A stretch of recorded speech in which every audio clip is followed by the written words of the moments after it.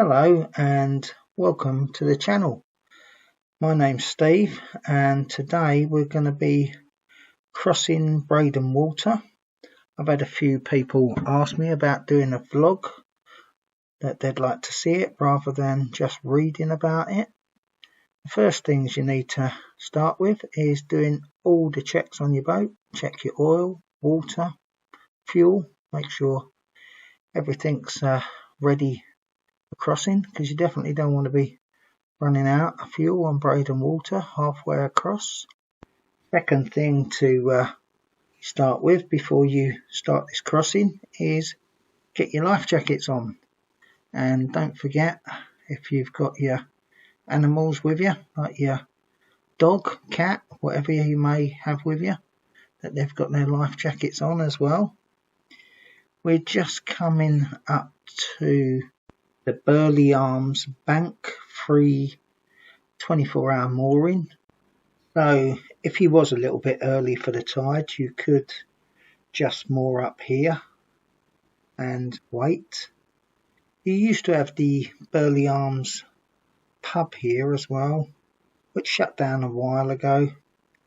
I did hear someone had bought it, so it's a bit difficult for them to make a living, because the only way to get to it is by boat, or it does have its own train station, which you have to tell them you want to get off at the Burley Arms.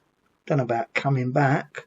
I guess you have to call them and tell them you want to get back on the train. I have no idea, to be honest, but you can see just ahead of us the channel markers. You got the red and the green coming from this direction, which is from Reedham to Great Yarmouth. We've got the red markers on our right and the green ones on the left. You've always got to stay between them, don't venture out. And like you see that yellow one in the distance there, if I was to be turning right here towards St Olaf's, always go past the yellow marker before you turn.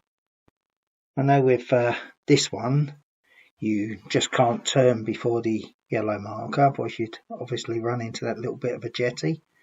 But you'll see as we get into Great Yarmouth, you can turn before the yellow posts, and if you do, you just run the risk of running aground.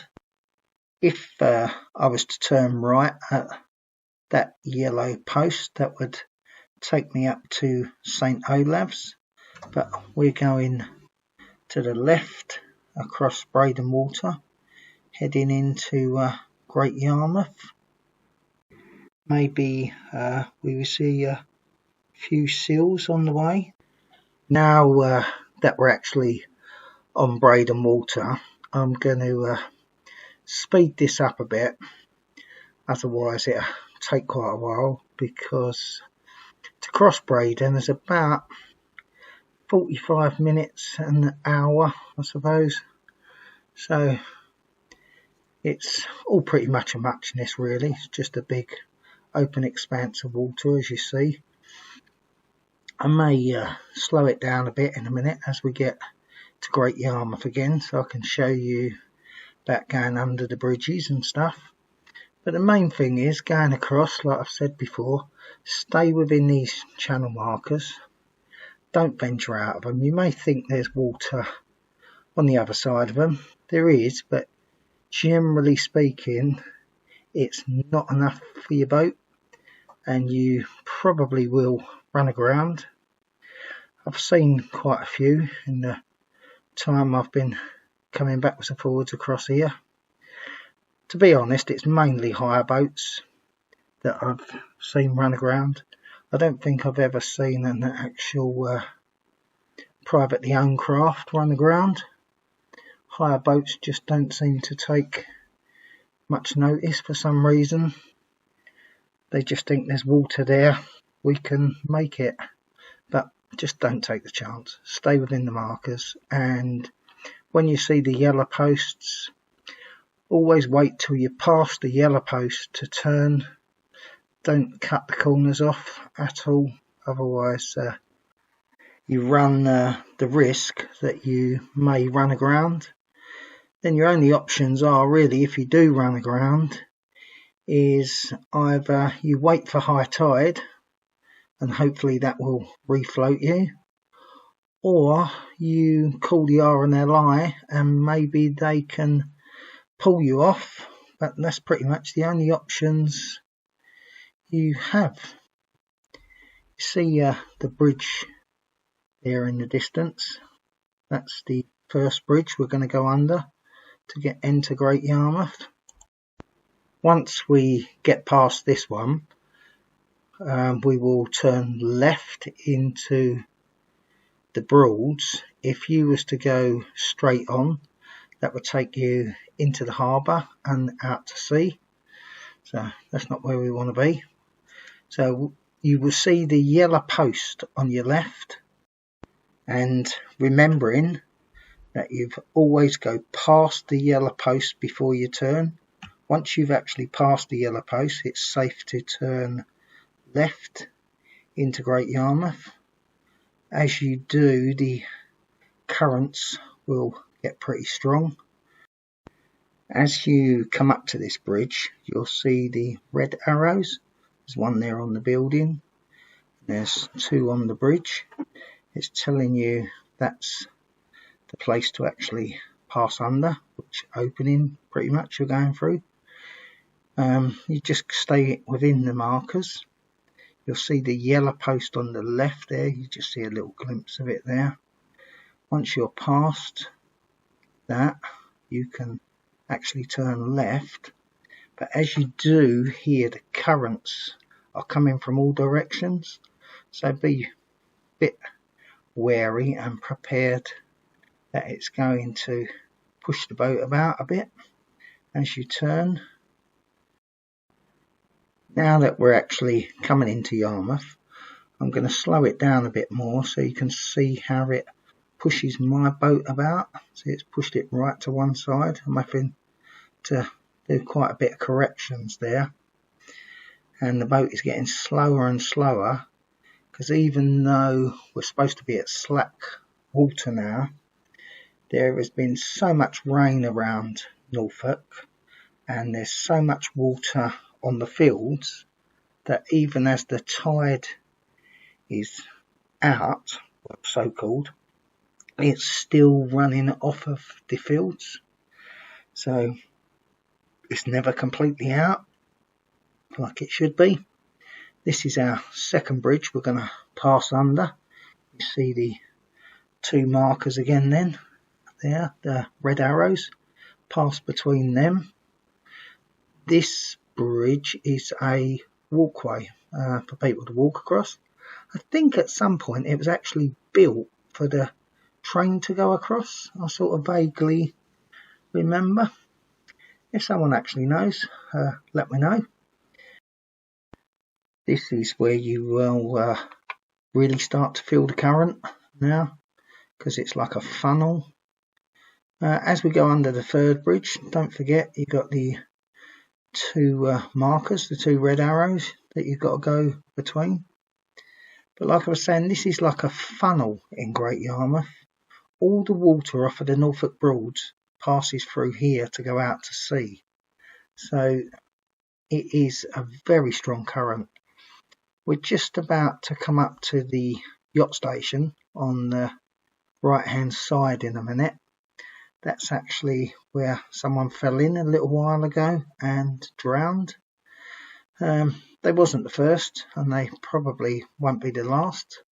This current is so treacherous, you fall in, you're just swept away, and that water is so cold that if you do fall in, by the time they actually get to you, unfortunately, most people don't last that long. So just make sure you've always got your life jacket on. You should always have it on to start with, but especially if you come to Great Yarmouth, anywhere near here, and if you want to come to the yacht station to moor up to go into Yarmouth, which is a nice thing to do. Just make sure as you're mooring up that you've got your life jacket on, because that just could save your life. To get down this little bit of waterway, because it's really flowing, I've had to increase the revs on my boat from 1800 to 3,500 revs. There's been a lot of flooding lately up here. If you actually look at the building there on the right, you can see all the sandbanks that they've put there, all the bags to try to keep the water out, because this can drop by, I would think, about 2 meters normally here, but it's just not dropping the way it normally would. So instead of that, it's actually doing the opposite and coming over the top. Well, we've actually safely passed through Breydon water now. I'm going to continue on down the river for a while. I think I want to try and get to Acle Bridge Inn tonight, because I've got some friends driving down. You've probably seen on some vlogs before. They're going to meet me there in their camper van tomorrow, I do believe. They may even get there tonight. So the closer I can get, the better. I think we're about for another couple of hours, I would guess, from here to Acle Bridge Inn. Then I could just moor up there for the night, go in the pub, chill out. I think we've earned ourselves a beer today. And the sun is just starting to go down. So I'm thinking we're probably going to get some lovely pictures of that sunset on the way. So we just push on down here. There is actually not much down here. Once you leave Great Yarmouth Yacht Station, coming down, you've only really got Stacey Arms, I think it's called. It's with the windmill. They've got a little shop and a petting zoo. I don't even know if it's open this time of year, but I think that is £6 a night if you'd like to moor up there, and £2 to fill up with water. But you have to go into the shop to pay them the £2 for the water. So whether you can do that now, as I said, I'm not even sure if it's open at the minute, because I did hear it was up for sale. And after the Stacey Arms, your next thing is Stokesby. There's 2 free moorings at Stokesby. There is one just before the pub in Stokesby, and there is another one just past the pub that's got electric hookup, and there's a little kids playground there as well, I do believe. If you've got some kids with you, I suppose it might be a nice place for you at the moor. And they're both free. They're Broad Authority free 24-hour moorings. And the pub itself does actually have some mooring space, so I suppose you could moor up there. I don't know if you have to pay at the pub mooring or not. But once you actually pass through Stokesby, your next thing is Acle Bridge Inn. Well, I'm going to leave it there for now. And if you liked it, enjoyed it, please like and subscribe, because when you do, it just helps the channel get noticed a lot more. It's all to do with the algorithms of YouTube, I believe. So hopefully you enjoyed it, and I will chat to you next time.